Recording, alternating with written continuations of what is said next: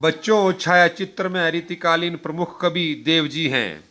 आओ बच्चों, आज रीतिकालीन प्रमुख कवि देवजी के बारे में, उनके जीवन के बारे में जानकारी प्राप्त करते हैं। देव का जन्म उत्तर प्रदेश में सन 1673 में हुआ था। उनका पूरा नाम देवदत्त द्विवेदी था। देव के अनेक आश्रयदाताओं में औरंगजेब के पुत्र आजम शाह भी थे, परंतु देव को सबसे अधिक संतोष और सम्मान उनकी कविता के गुणग्राही आश्रयदाता भोगीलाल से प्राप्त हुआ। उन्होंने उनकी कविता पर रीझ कर लाखों की संपत्ति दान की। उनके काव्य ग्रंथों की संख्या 52 से 72 तक मानी जाती है। उनमें से रसविलास, भावविलास, काव्य रसायन, भवानी विलास आदि देव के प्रमुख ग्रंथ माने जाते हैं। उनकी मृत्यु सन 1767 में हुई। देव रीतिकाल के प्रमुख कवि हैं। रीतिकालीन कविता का संबंध दरबारों, आश्रयदाताओं से था। इस कारण उसमें दरबारी संस्कृति का चित्रण अधिक हुआ है। देव भी इससे अछूते नहीं थे, किंतु वे इस प्रभाव से जब जब भी मुक्त हुए, उन्होंने प्रेम और सौंदर्य के सहज चित्र खींचे। अलंकारिता और श्रृंगारिकता उनके काव्य की प्रमुख विशेषताएं हैं। शब्दों की आवृत्ति के जरिए नया सौंदर्य पैदा करके उन्होंने सुंदर ध्वनि चित्र प्रस्तुत किए हैं।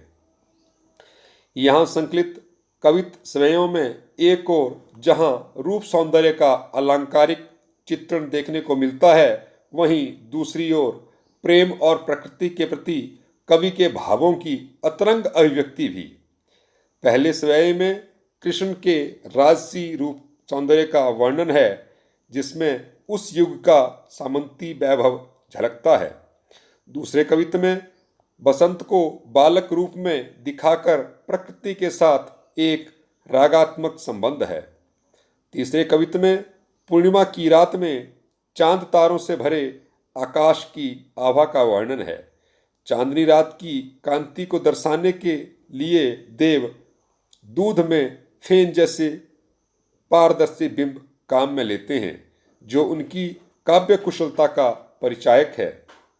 आओ बच्चों, अब हम कवि देव जी द्वारा रचित प्रथम स्वय का व्याख्या करते हैं।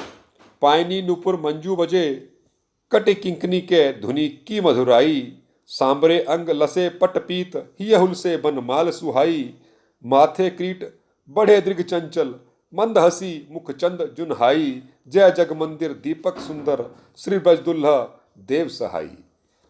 कठिन शब्दों के अर्थ: मंजू सुंदर, कटी कमर, किंकनी करधनी, नुपुर पायल, लसे सुशोभित, हुलसे आनंदित, किरीट मुकुट, मुखचंद मुखरूपी चंद्रमा, जुनहाई चांदनी। तो आओ बच्चों, अब इसकी व्याख्या कर लेते हैं। पायनी नुपुर मंजू बजे, कटी किंकनी के धुनी की मधुराई, सांबरे अंग लसे पटपीत हियहुल से बनमाल सुहाई।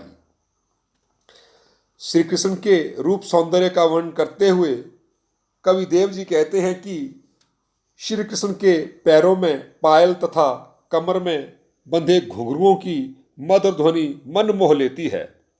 सांबले सुंदर शरीर पर पीले वस्त्र तथा हृदय पर लहराती बनमाला सुंदर लग रही है।